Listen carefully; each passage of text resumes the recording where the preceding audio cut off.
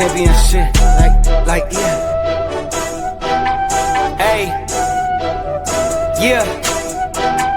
Hey, yeah. I got the feeling we taking it all the way. I gotta get to the Hall of Fame. Been on the ground with a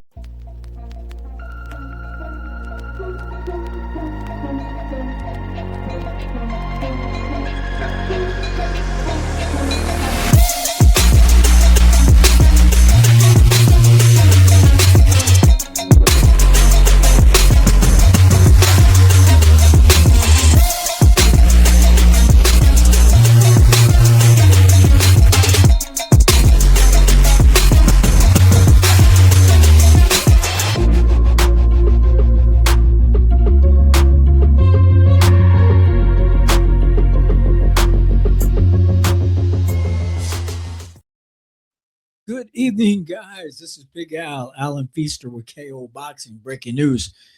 Guys, we're back. A lot of people saying, Alan, when are you going to come back? Got a news report for you tonight. Just get my feet wet again. I want to thank everybody for your support. Thank you so much, guys. Thanks.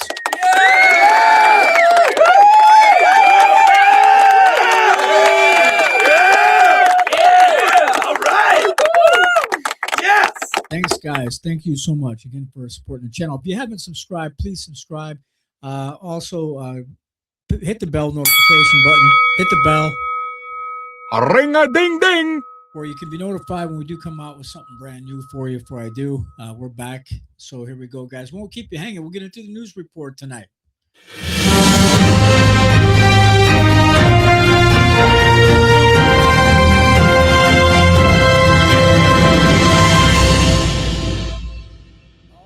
Guys, here's what we have to talk about tonight. This is what's in the news. Here we go, guys. Today, Ryan Garcia says Terence Bud Crawford left major fights behind despite his undisputed run. And we'll get into it. Ryan Garcia, guys, is saying he took aim at Terence Bud Crawford's legacy today, saying undisputed status means little if a fighter knows he didn't fully test himself.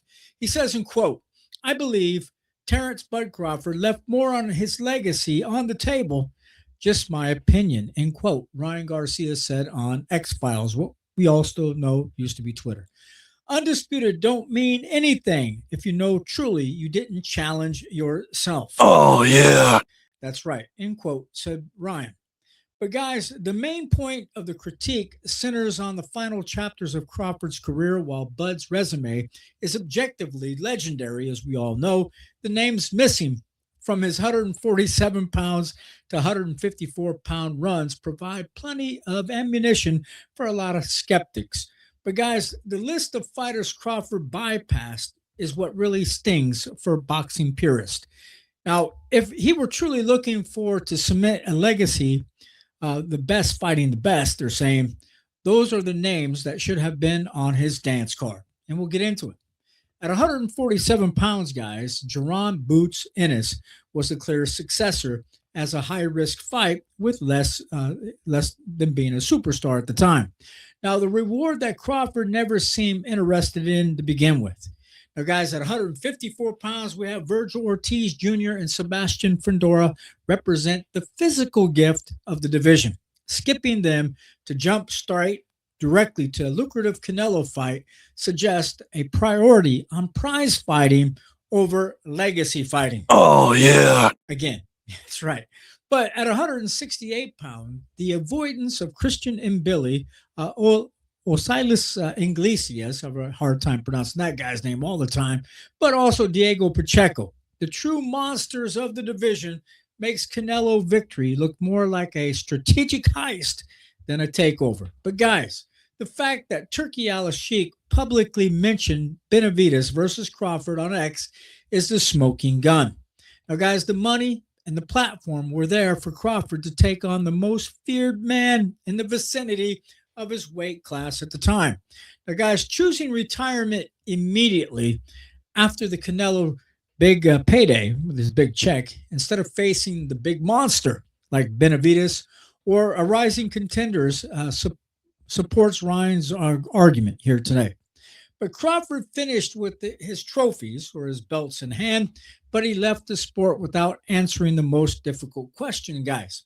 Now, while the history books show Crawford jumping multiple weight classes to beat a legend, the reality was a version of the Canelo who had slowed down significantly and hadn't been pushed by the elite young killers at the 168-pound division for the many years.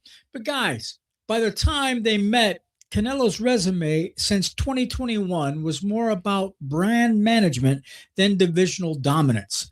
Now, for Crawford to beat that version of Canelo and then exit stage left, of course, to retirement, feels like he was chasing the prestige of the name rather than the danger of the weight class. This is what they're talking about, guys. But here tonight, this is what's in the news today, guys. So tell me what your guys' thoughts are on this, guys. Thank you for your support. We'll get into another news story for you next time. We appreciate it, guys. Say goodnight to this pretty lady here, guys, and we'll catch you next time.